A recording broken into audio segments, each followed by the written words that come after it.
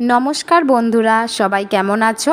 আশা করি খুব ভালো আছো। আমরাও বেশ ভালো আছি। রামনবমীর পুণ্যতিথি উপলক্ষে আমার মা বাড়িতে রামলালাকে সুন্দর করে সাজিয়ে তুলেছেন। সকাল সকাল বাড়ির পুজো মিটিয়ে আমার ছেলের বন্ধু শ্রীধা আর সৌরিশের বাড়িতে গিয়েছিলাম রামনবমীর পুজো দেখতে। রাম সীতা মন্দির আর বাড়ির পাশের বজরংবলীর মন্দিরে আজ পুজো দিলাম। সন্ধ্যাবেলায় আমি, ছেলে আর মা আমাদের ঠাকুরঘরটা সুন্দর করে প্রদীপ দিয়ে একটু সাজিয়ে তুললাম।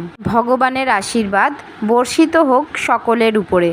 সকালবেলা আমার ছেলের যে বন্ধুদের বাড়িতে নিমন্ত্রণ ছিল রাম সীতা পুজো উপলক্ষে, এই সেই মন্দির। ওদের বাড়ির এই মন্দিরটি এখানকার অতি প্রাচীন সুপ্রসিদ্ধ মন্দির হিসেবেই পরিচিত।